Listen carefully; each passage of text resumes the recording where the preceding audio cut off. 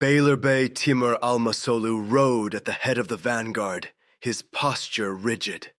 The physical thirst was a dull, familiar ache, easily ignored.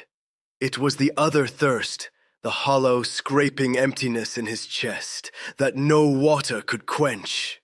This was Ardakan, her home. It was a land of immense strategic importance and untamed beauty, and Timur felt a profound, aching sorrow that he was only seeing it now after its heart had been ripped out. He should have come sooner. He should have seen it with her. Timur reined in. His gaze swept over the landscape that should have been his wife's inheritance. He saw not just a city and its farmlands, but the ghost of a future that had been stolen from him. This wind had tangled her hair. These mountains had strengthened her legs. This was the land that had shaped the woman he had chosen to love without ever meeting. The woman whose loss was a constant hollow ache in his chest. It was not an ache of romantic endearment. He had never touched her hand, never heard her laugh. It was the ache of a man who looks at a shattered mirror and sees his own failure reflected in the cracks. The pain was a familiar companion after all these years, but here, in her home, it took on a new and terrible weight. He was not just a commander securing a province for his lord. He was a husband standing on the edge of his wife's grave. A second rider drew up alongside him, the leather of his saddle creaking in the silence. It was Kemal. Kemal's gaze remained steady on the valley, but he seemed to sense the darkness radiating from his commander. This was her home, Timur, Nareh's.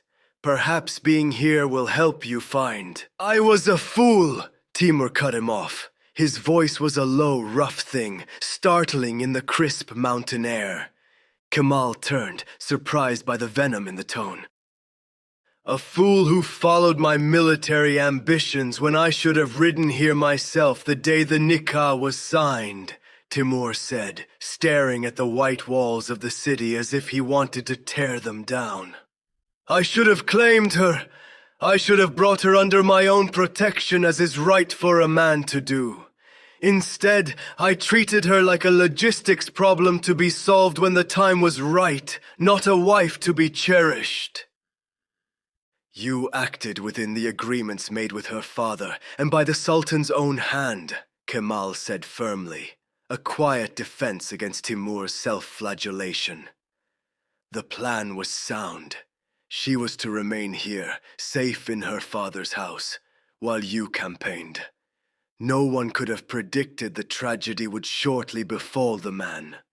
You were commanding the Sultan's vanguard. The fault for what happened on that road belongs to bandits, not to you. It was the will of Allah. Bandits, Timur repeated, his voice dropping to a dangerous rumble. I have read the provincial reports of that ambush 100 times, Kemal. The mathematics of it have never made tactical sense.